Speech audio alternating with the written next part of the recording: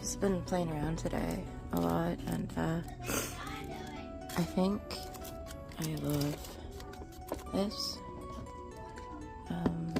It's like a Dutch pour, but for some reason my paints are just super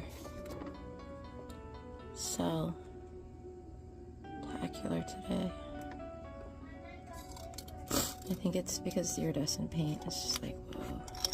So I don't know if I want to blow it out or if I want to, I don't know, spin it, or like, I don't know, there's too much paint on it now. I need ideas, I need help. Send ideas, send help. I'm always listening. Sorry, I got the sniffles. Peace.